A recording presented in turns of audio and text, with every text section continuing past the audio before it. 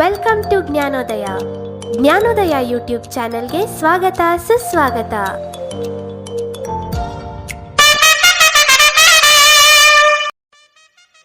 ನಮಸ್ಕಾರ. ಜ್ಞಾನೋದಯ ಯೂಟ್ಯೂಬ್ ವಾಹಿನಿಯ ಎಲ್ಲ ವೀಕ್ಷಕರಿಗೂ ತಮ್ಮೆಲ್ಲರಿಗೂ ಮತ್ತೊಮ್ಮೆ ಜಸ್ಟ್ ಪ್ರೆಡಿಟ್ ಕಾಂಟೆಸ್ಟ್ಗೆ ಸ್ವಾಗತ. ನೆನ್ನೆ ನಡೆದಿದ್ದಂತಹ ಮ್ಯಾಚ್ ರಿಸಲ್ಟ್ ನೋಡಿ ಇವತ್ತಿನ ಮ್ಯಾಚ್ಗೆ ಬರೋಣ.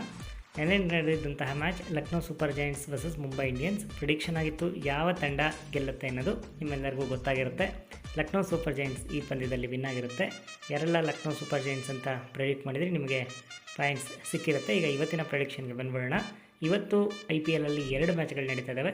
ಮೊದಲನೇ ಮ್ಯಾಚ್ ಚೆನ್ನೈಯಲ್ಲಿ Chennai super kings versus Delhi capitals. ಈ ಮ್ಯಾಚಿನ ಪ್ರಿಡಿಕ್ಷನ್ ಈ ರೀತಿ ಇದೆ.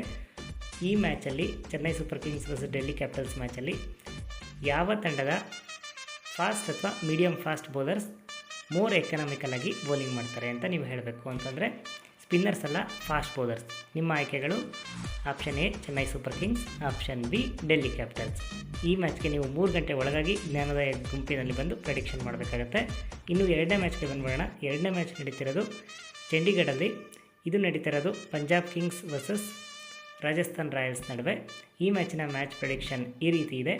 ಯಾವ ತಂಡದ ಓಪನಿಂಗ್ ಪಾರ್ಟ್ನರ್ಶಿಪ್ ಅಧಿಕವಾಗಿರುತ್ತೆ 2 ತಂಡಗಳಲ್ಲಿ ಅಂತ ನೀವು ಹೇಳಬೇಕು. ಅಂತಂದರೆ ಯಾವ ತಂಡದ ಓಪನರ್ಸ್ ಹೆಚ್ಚು ಫಸ್ಟ್ ವಿಕೆಟ್ ಪಾರ್ಟ್ನರ್ಶಿಪ್ ಮಾಡ್ತಾರೆ ಅಂತ ನೀವು ಪ್ರೆಡಿಕ್ಟ್ ಮಾಡಬೇಕಾಗತ್ತೆ. ನಿಮ್ಮ ಆಯ್ಕೆಗಳು option A Punjab Kings, option B Rajasthan Royals.